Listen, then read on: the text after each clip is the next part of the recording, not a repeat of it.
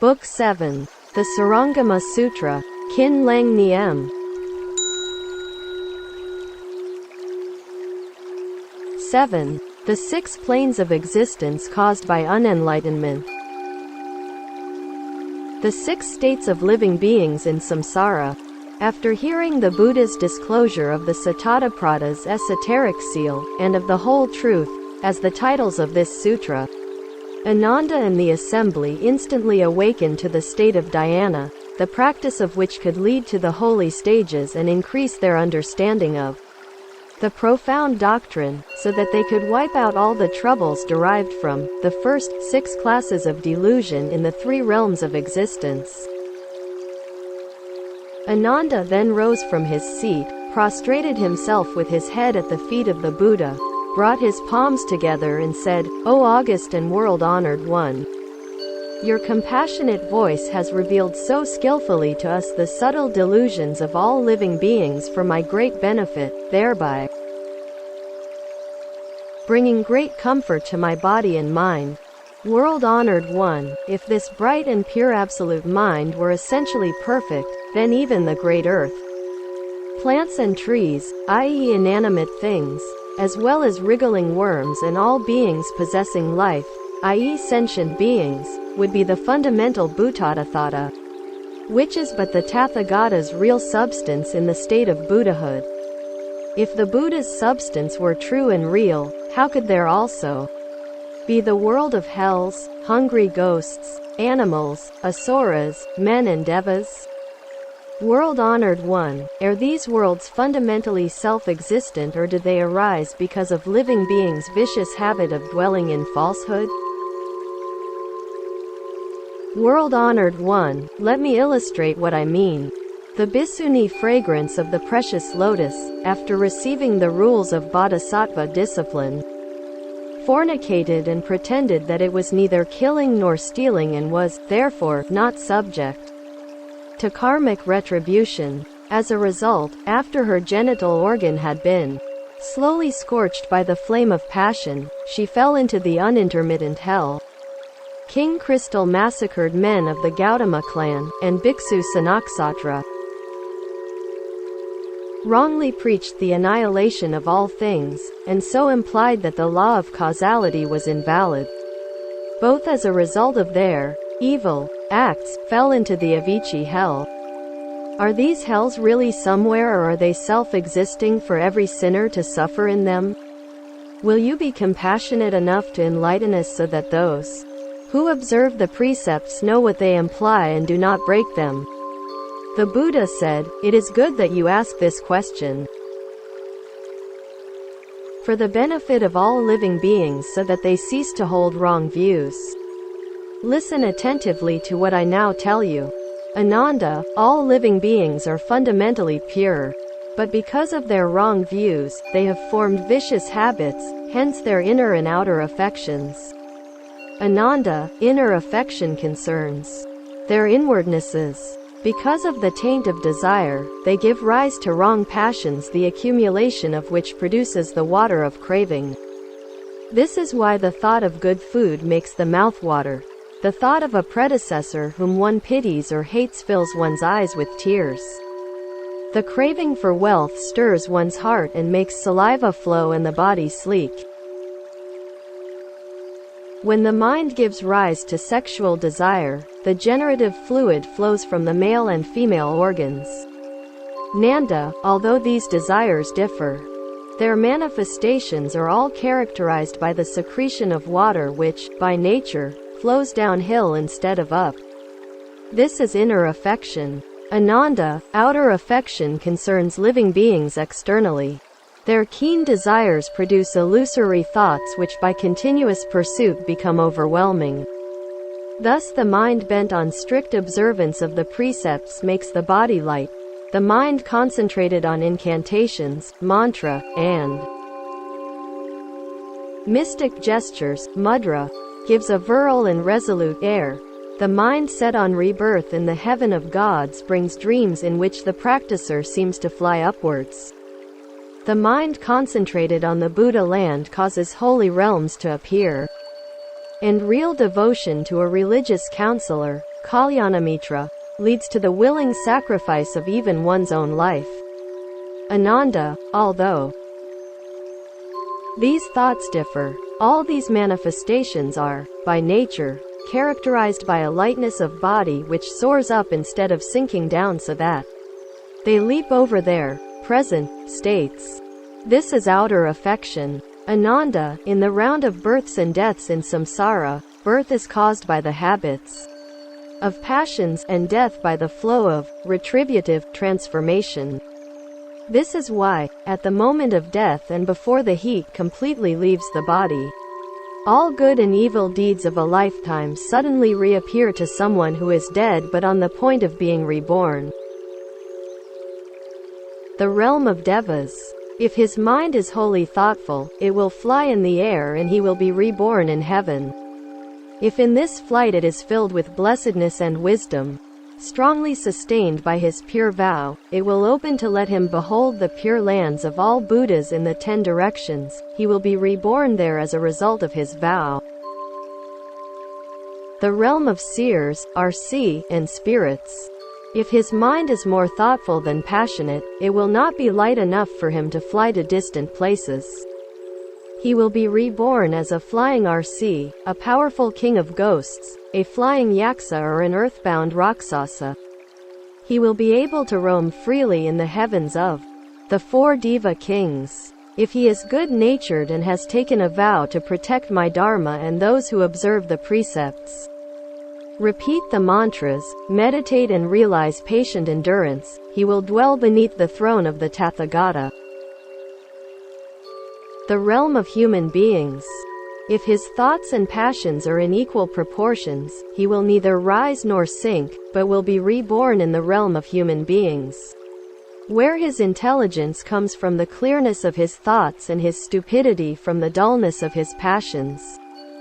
The realm of animals. If his passions exceed his thoughts, he will be reborn in the realm of animals, where great passions create beasts with hair and fur and mild passions produce winged and feathered creatures. The realm of hungry ghosts. If his passions and thoughts are in the proportion of 7 to 3, he will sink into the wheel of water close to the region of fire, will endure intense heat and be reborn as a hungry ghost whose body is constantly scorched by heat and drowned in water, so that he will suffer from hunger and thirst for hundreds and thousands of eons. The realm of hells. If his passions and thoughts are in the proportion of 9 to 1, he will sink into the wheel of fire and be reborn where wind and fire meet. He will dwell in the intermittent hell if his passions are great, in the unintermittent one if they are very strong, and in the Avicii hell if he is completely dominated by extremely violent ones. If in addition he slanders the Mahayana, breaks the Buddha's precepts, distorts the Dharma when preaching it to deceive his patrons for selfish gain or for fame, and commits the 5 rebellious acts and 10 grave sins, he will be reborn in turn in all the Avicii hells. Although the above are self-inflicted retributions resulting from individual evil deeds, all sinners endure the same kinds of suffering which originate from the same concurrent causes. The 10 causes and 6 effects in the realm of hells. The 10 karmic causes of the realm of hells. Ananda, these retributions come from the karmic acts of living beings who create 10 karmic causes by their vicious habits and so suffer from 6 kinds of retribution. The habit of sexual desire. Ananda, what are these 10 causes? Lust grows into a habit because of sexual intercourse in which 2 people caress each other, thereby producing heat that in turn stimulates desire. This is like the heat caused by rubbing the hands together. The 2 habits from karma and lust stimulate each other and cause visions of hot iron beds on hot copper supports. Hence all Buddhas regard sexual intercourse as a burning fire of desire, and all bodhisattvas avoid carnality as if it was a fiery pit. The habit of craving grows into a habit because of grasping. which is a kind of suction, which in time creates the illusion of cold, frost, chill and shivering. This is like the cold sensation felt when one breathes in through pursed lips. The combination of karma and craving leads to retribution in the form of suffering expressed by crying out against biting cold, and shown by the skin turning blue, red or white. Hence all Buddhas regard craving as the water of greed, and all bodhisattvas avoid it as they would a sea of pestilential vapor. The habit of arrogance. Arrogance grows into a habit because of abuse, which manifests by the oppression of others, which in time creates the illusion of restless waves which build up a volume of water. This is like licking one's mouth to make it water. The two habits from karma and arrogance stimulate each other and create visions of rivers of blood, hot ashes, burning sand, poisonous seas and molten copper poured on the sinner's tongue. And so all Buddhas regard self-importance as the water of stupidity, and all bodhisattvas avoid it as they would drowning. The habit of anger. Anger grows into a habit because of irritation, which manifests as stubbornness, which in time inflames the heart, whose heat turns the vital breath into metal. Hence the illusions of hills of knives, iron posts, trees and wheels of swords, axes, halberds, spears and saws. This is like a man pushed by his obstinacy to avenge a wrong. The two habits from karma and anger stimulate each other and create visions of castration, hacking, beheading, chopping, wounding, mutilating, bludgeoning and striking. This is like a man flying into a rage and ready to kill to redress a wrong. Hence all Buddhas regard hatred as a sharp sword, and all bodhisattvas flee from it as from their own execution. The habit of deceitfulness. Deceitfulness grows into a habit because of enticement, which manifests as deceit, which in time creates illusions of cords, sticks, ropes and kangas that restrain the sinner. This is like a field flooded for growing grass and plants. The two habits from karma and deception sustain each other and create more and more evil deeds that deserve punishment with fetters, locks, whips, staves, birches and cudgels. And so, all Buddhas regard deceitfulness as harmful as calumny, and all bodhisattvas avoid it as they would a wolf. The habit of lying. Lying grows into a habit because of beguilement, which manifests as fraud, which in time ends in treachery. This creates illusions of filth such as dust, excrement and urine. This is like dust blown by the wind, which screens everything. The two habits from karma and lies intensify each other and end in suffering from drowning, tossing, flying, dropping, drifting and sinking. Hence all Buddhas regard lying as harmful as plundering and killing, and all bodhisattvas avoid it as they would stepping on venomous snakes. The habit of resentment. Resentment grows into a habit because of aversion, which manifests as malice. This creates illusions of being stoned, catapulted, shut in a prison van, trapped, bagged and struck. This is like a mischief maker, always with evil designs. The two habits from karma and resentment combine and result in punishment by being tossed and hurled about, seized, apprehended, struck and shot. And so all Buddhas regard resentment as an evil spirit, and all bodhisattvas avoid it as they would poisoned wine. The habit of wrong views. Wrong views grow into habit because of misinterpretation, which covers the 5 misconceptions from the reality of the ego and objects down to rigorous ascetic prohibitions. This causes the misunderstanding of karmic effects due to rejection of the real and attachment to the unreal.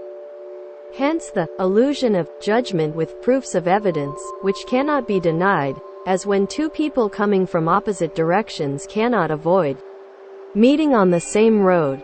The two habits from karma and wrong views combine to cause visions of questioning, cross-examination, judicial investigation.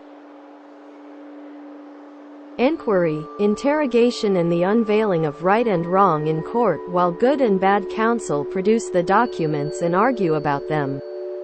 Hence all Buddhas regard wrong views as an abyss of perversion, and all bodhisattvas avoid them as they would a ravine full of poison. The habit of unfairness. Unfairness grows into a habit because of false accusation, which manifests in slander. This creates illusions of hills and rocks, which close in from all sides to crush, break, score and grind the sinner. It is like abusing the innocent. Both habits from karma and injustice combine to bring about illusions of apprehension, pressure, beating, repression, coercion and restraint of the sinner by the law. Hence all Buddhas regard defamation as harmful as a tiger, and all bodhisattvas flee from it as from a clap of thunder. The habit of disputation. Disputing grows into a habit because of much talk, which manifests in concealing one's shortcomings. This creates illusions of secrets being exposed by being reflected in a mirror or by a lamp being lit, like objects that cannot be hidden in broad daylight. The two habits from karma and disputation end in the exposure of sins, for the mirror and lamp reveal former karmic deeds for final judgment. Hence all Buddhas regard concealment as a secret enemy, and all bodhisattvas consider it as dangerous as carrying a hill on the head or walking into the ocean. The 6 retributive effects in the realm of hells. What are the 6 retributive effects? Ananda, all living beings whose 6 consciousnesses cause them to commit karmic acts suffer from evil effects through the 6 sense organs. Retributive effects of wrong seeing. What are the evil effects suffered through the 6 sense organs?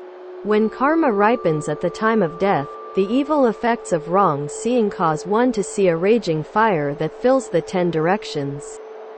His spirit will follow the smoke and, in a flash, will fall into the unintermittent hell, where he will experience both light, which reveals all sorts of evil things everywhere, which give rise to boundless dread, and silent darkness which hides everything and causes infinite fear. So the flame of wrong seeing scorches the organ of hearing, and transforms it into purgatories of cauldrons of boiling water and seas of molten copper, the organ of smell into black smoke and purple flame, the organ of taste into hot pills and molten iron, the organ of touch into hot ashes and burning charcoal, and the organ of intellect into scattered sparks that disturb the whole of space. Retributive effects of wrong hearing. When karma ripens at the time of death, the evil effects of wrong hearing cause one to see rising waves that submerge heaven and earth. His spirit then follows them to fall into the unintermittent hell, where he will experience both unbearable noises that confuse and disturb him and dead silence that makes him dispirited. So these waves flow into the organ of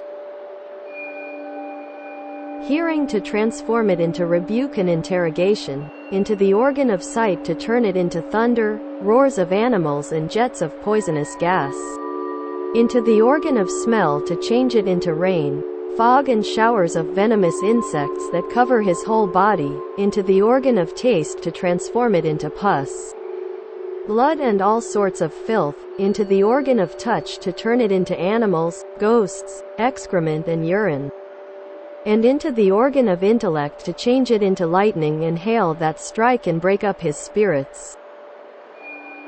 Retributive effects of wrong smelling. When karma ripens at the time of death, the evil effects of wrong smelling cause one to see clouds of poisonous gas everywhere. His spirit will leap from the earth to fall into the unintermittent hell, where he will experience both the state of free breathing that draws in all sorts of foul fumes that infect and upset his heart, mind, and of blocked breathing that chokes him until he swoons and drops to the ground.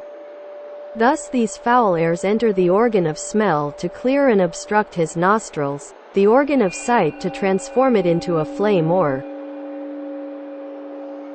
lighted torch, the organ of hearing to turn it into the sounds made by plunging into water, by drowning and by never ceasing waves. The organ of taste into rotten and stinking fish, the organ of touch into a ripped and decomposed corpse, and a great hill of flesh with hundreds and thousands of eyes, to see itself being devoured by countless beasts, and the organ of thinking into dust, miasmas and flying pebbles that strike and break his body. Retributive effects of wrong tasting. When karma ripens at the time of death, the evil effects of wrong tasting cause the person concerned to see an iron net and a great blaze of fire that cover the whole world. His spirit will then rise to drop upside down into the net with his head caught in its meshes. And he will then be drawn into the unintermittent hell, where he will both feel that his in-breath is transformed into bitter cold that bites his body, and his out-breath turned into fierce fire that scorches his bones and marrow.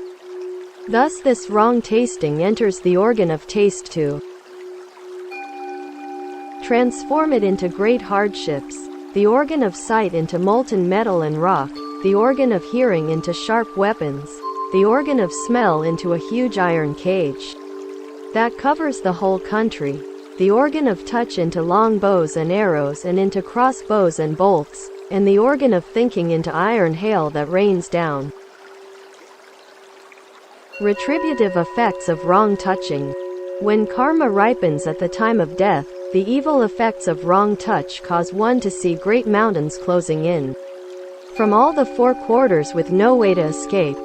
His spirit will see an iron-walled town, fiery snakes and dogs, tigers, wolves and lions, jailers with ox heads, and Rakshasas with horse heads holding spears and lances who chase him into the town and force him into the unintermittent hell, where he will experience both the embrace of mountains, contact that close in to crush his body into a mess of bones, flesh and blood, and the pain of being cut up, separation, when sharp swords slay his body and rip open his heart and liver. Thus this wrong touch enters its own organ to transform it into the road to hell, and the abode of Yama, with hall and judgment seat, the organ of sight into heat and burning, the organ of hearing into knocking, striking, stabbing and shooting, the organ of smell into apprehending, bagging, judging and roping, the organ of taste into plowing, nipping, beheading, and cutting, and the organ of intellect into flying, falling, frying and roasting.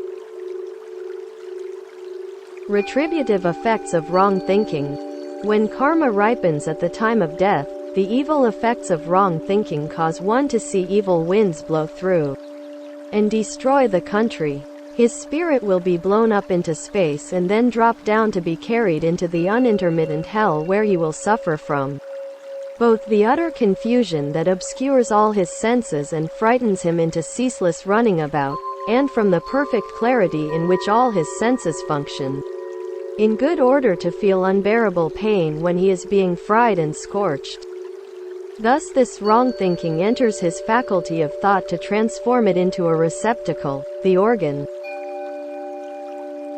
of seeing into scrutinizing and evidencing, the organ of hearing into a rock, its warmth into ice and frost, and its clearness into dust and fog, the organ of smell into a great fiery chariot, vessel and cage, the organ of taste into cries, screams, lamentation and weeping, the organ of touch into a large or small body, subject in a single day to tens of thousands of births and deaths.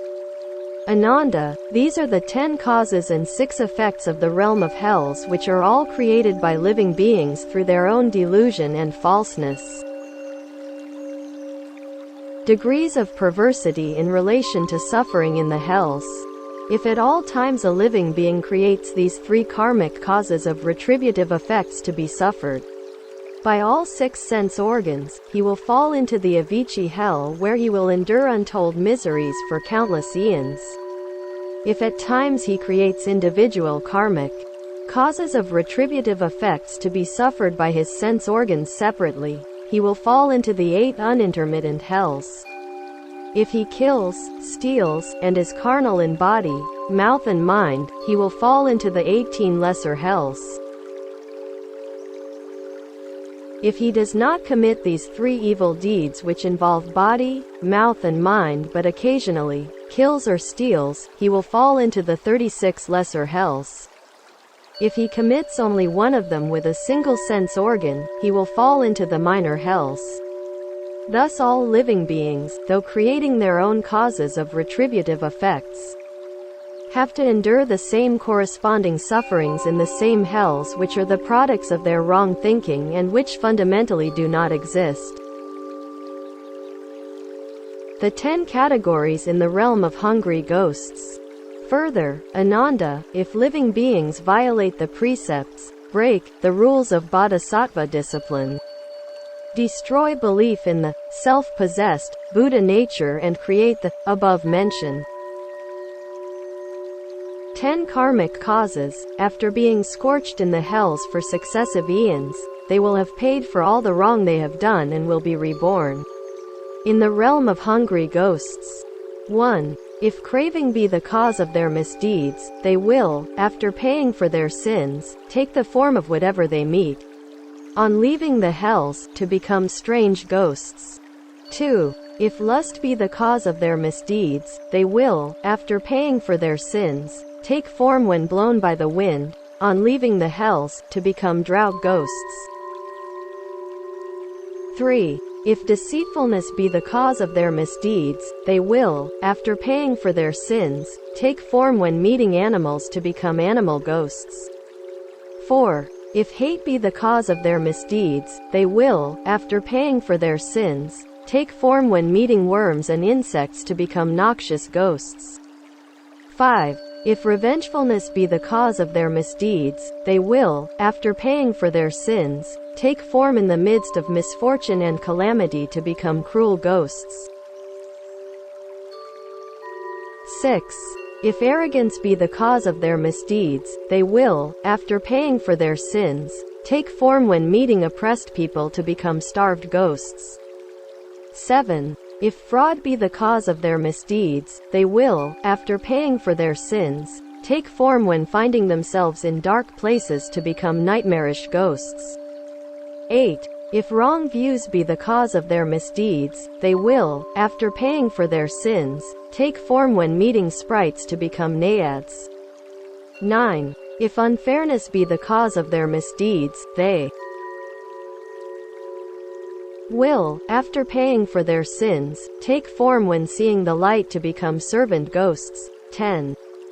If disputation be the cause of their misdeeds, they will, after paying for their sins, take form when meeting mediums to become messenger ghosts, to relay the news from the dead.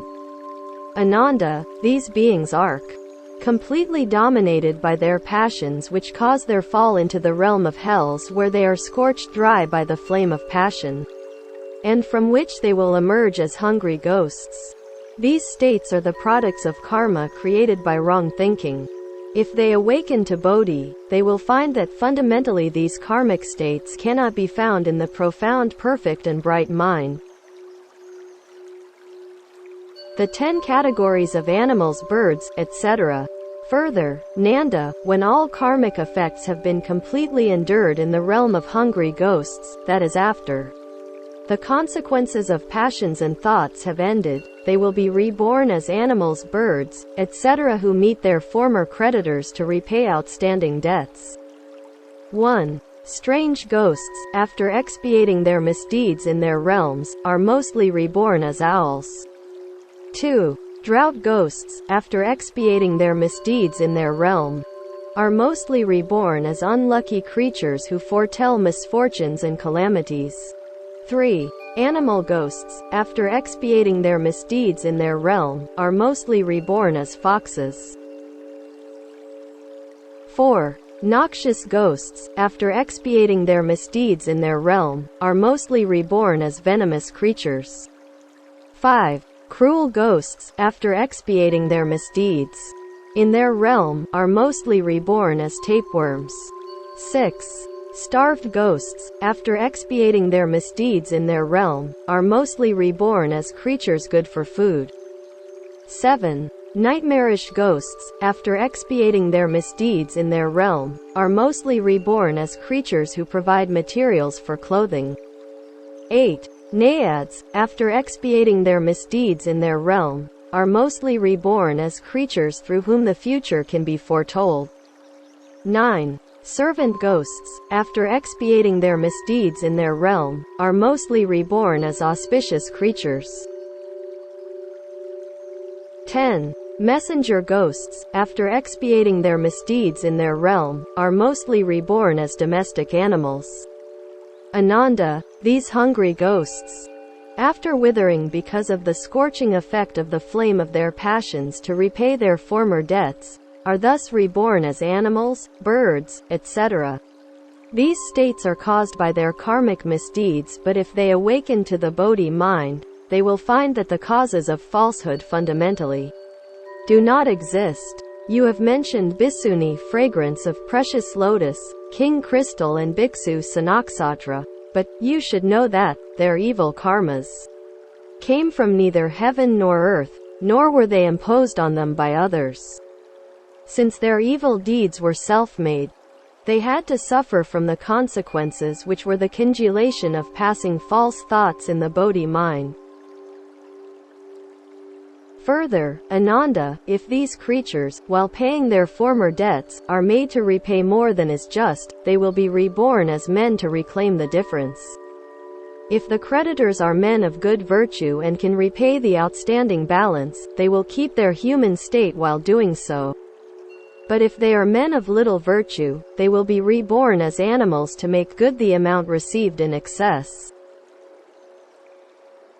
Ananda, you should know that if the indebtedness consists of money and labor, it will be cancelled as soon as it has been reimbursed.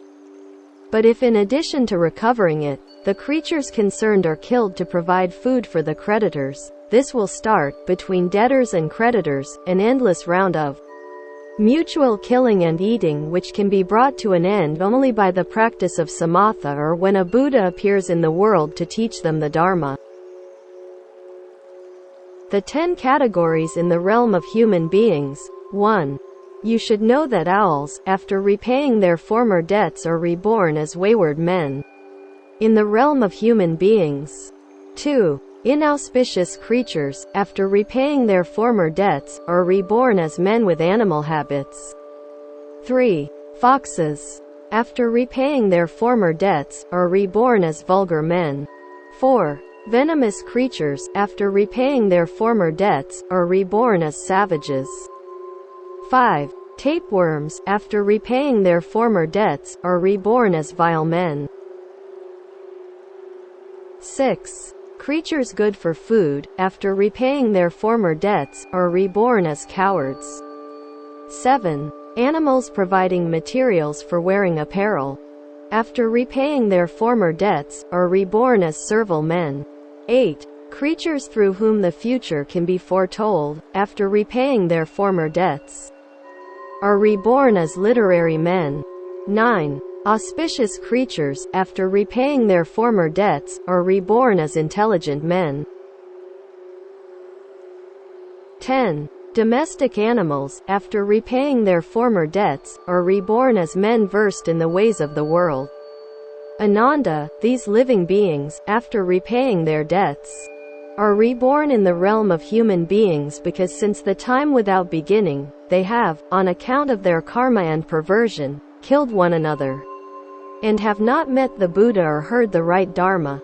Hence their transmigration according to the law of samsara, they are most pitiable.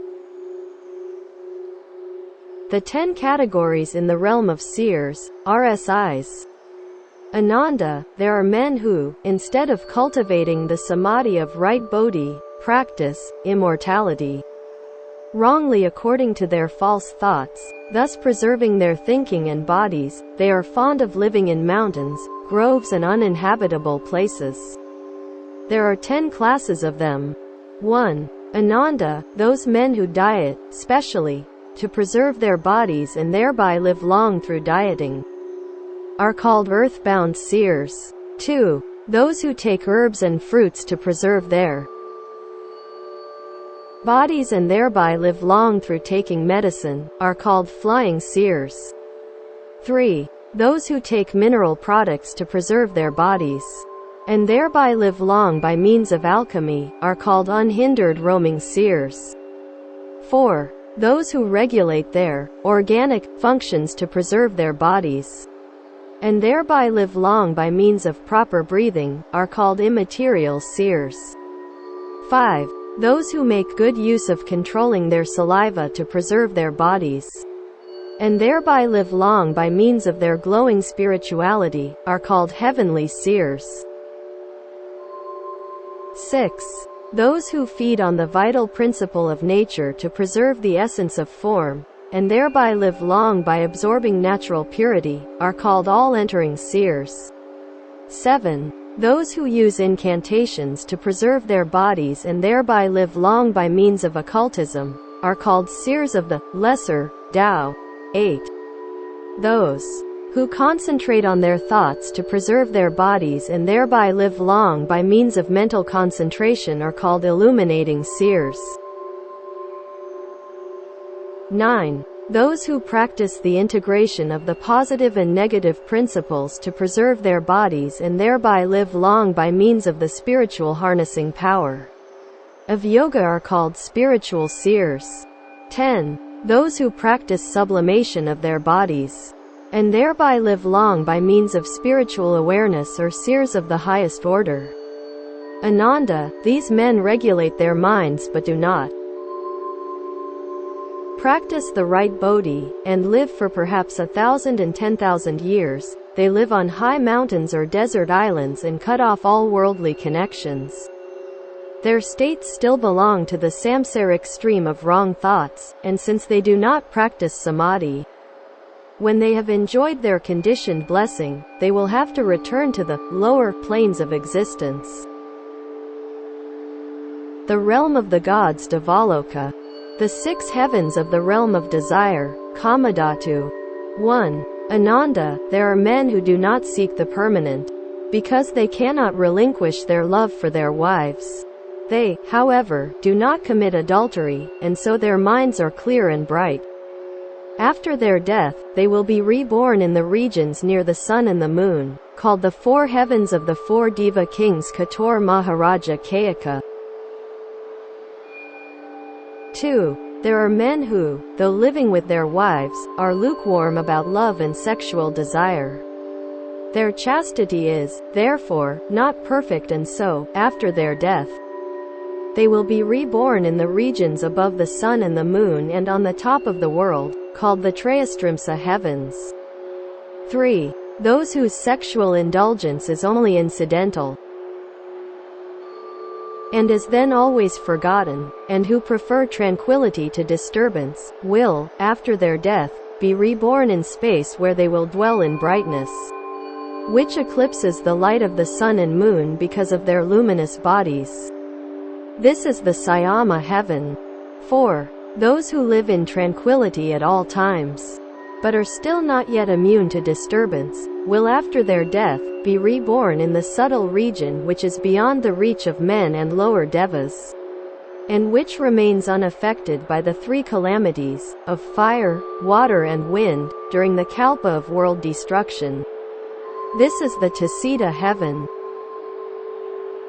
5. Those who have relinquished all sexual desires but are prepared to satisfy those of their wives and who feel as if they chew tasteless wax during the intercourse, will, after their death, be reborn in the region attainable by leaps and bounds, direct from the realm of human beings.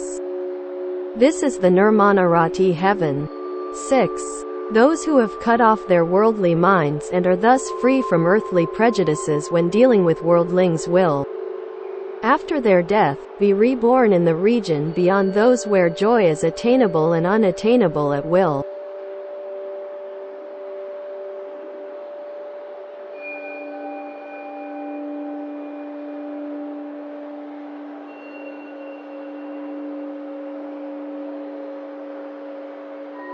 This is the Paranirmatavasavartan heaven. Ananda, though these 6 realms of heavens are free from mental disturbances, they still retain the conception of mind, hence they are called realms of desires. The 4 regions of the dhyana heavens of the realm of form, Rupadhatu. The first region of the 3 dhyana heavens 1. Ananda, all worldly men who do not practice dhyana in their cultivation of the mind cannot achieve wisdom. If they only abstain from sexual desires of which they do not even think in their daily activities, they will not be contaminated by love and will leave the realm of desires.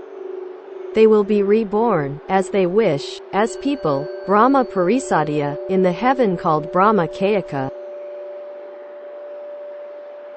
2. Those who relinquish their habits of desire and so realize minds free from lust, are able to keep the rules of morality and discipline and to live purely whatever they do. They will be reborn as ministers of Brahma in the heaven called Brahma Purohitas. 3. Those whose bodies and minds are profound and perfect, whose deportment and pure living are irreproachable and who thereby achieve clear understanding, are qualified to rule over the Brahmadevas as their lords, Mahabrahma Deva Raja. This is the Mahabrahma heaven. Ananda, these 3 heavens are free from all worldly troubles which cannot reach them. Although these gods do not practice the right samadhi, their minds are still and free from all disturbances.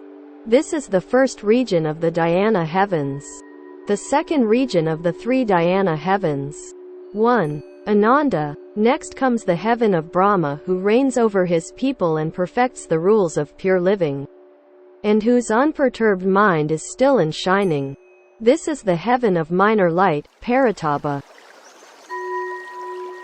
2. The above light grows brighter and illumines all the worlds in the 10 directions, thereby changing everything into clear crystal.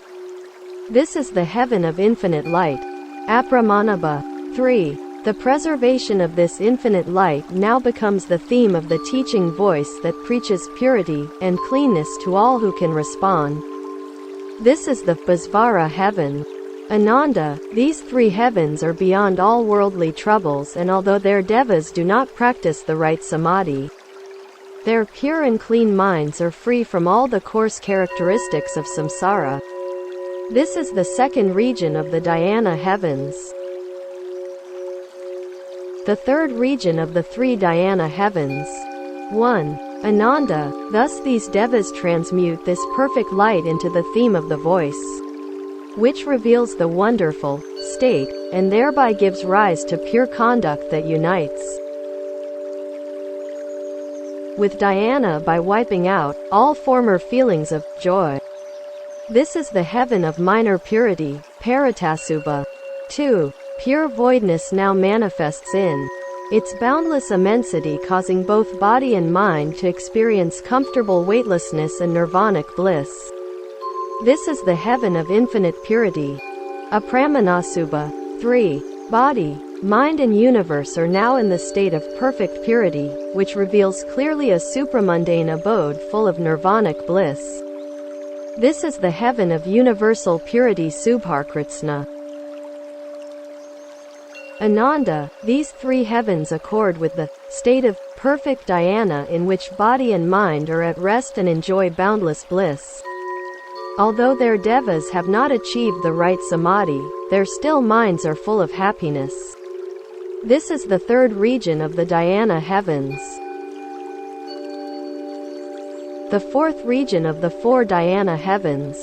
1. Further, Ananda, these devas whose bodies and minds are beyond all sufferings, the causes of which have been completely wiped out, realize that bliss is not permanent and will in time inevitably come to an end.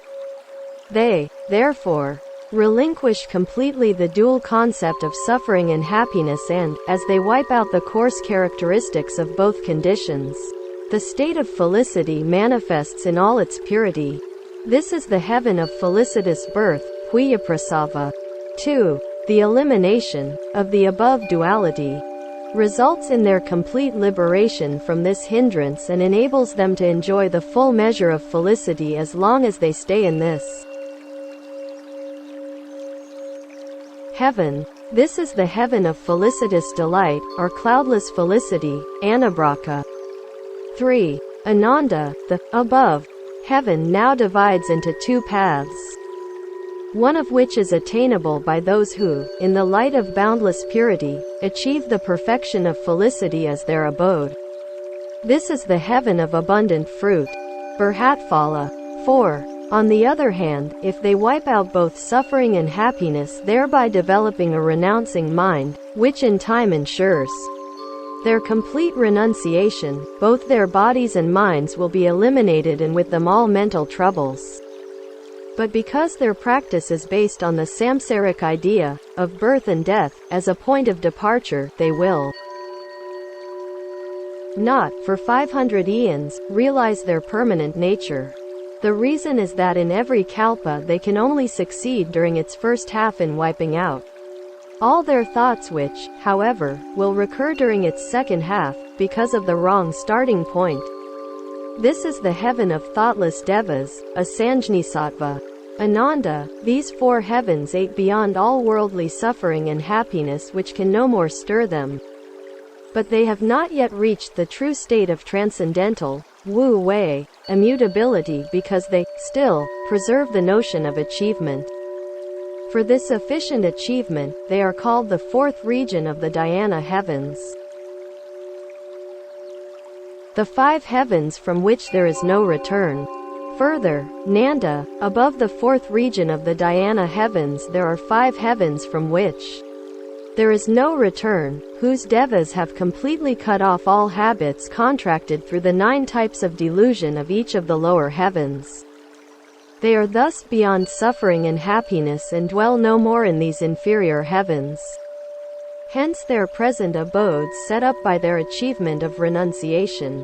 They are 1. Ananda, with the complete elimination of both suffering and happiness, the struggling mind ceases to arise in this heaven which is free from trouble and is called Avra. 2. There remains now the solitary renouncing mind that no longer confronts objects in this heaven which is free from the heat of minor trouble, and is called Atapa. 3. All the worlds in the 10 directions are now clearly perceived as perfectly still without even a speck of impurity in this heaven of excellent perception, called Sudarsana. 4. The essence of seeing now manifests and dissolves all subtle hindrances in this heaven of excellent manifestations called Sudarsa.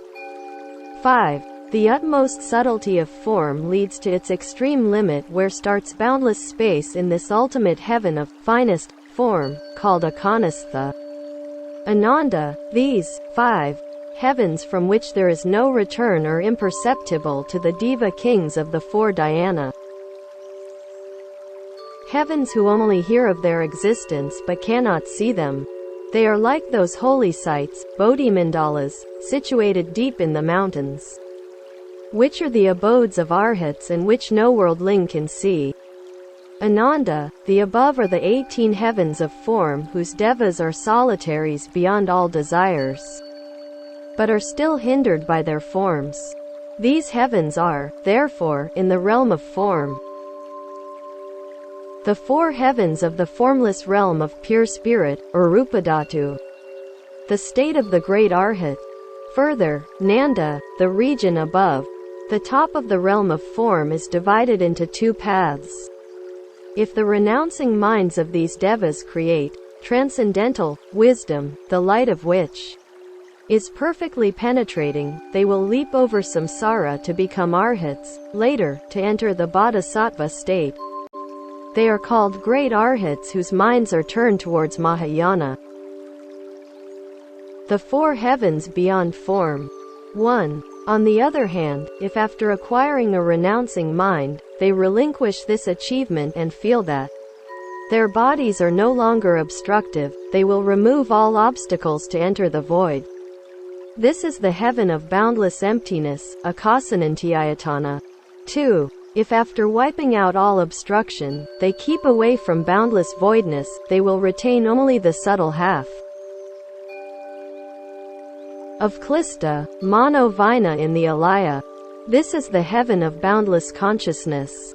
Vijnananantiyatana. 3. With the elimination of both form and voidness, and the additional eradication of consciousness, all the 10 directions will be completely still, merging into nothingness. This heaven is called a Kinkanyayatana. 4. Consciousness now becomes a movable awareness, thus ending all further exhaustive search. As a result, the inexhaustible reveals the exhaustible, which seems to, yet does not, stay and which seems to, yet does not, end. This is the heaven of devas who are neither thoughtful nor thoughtless, Naiva Samjananasa J. Nayatana.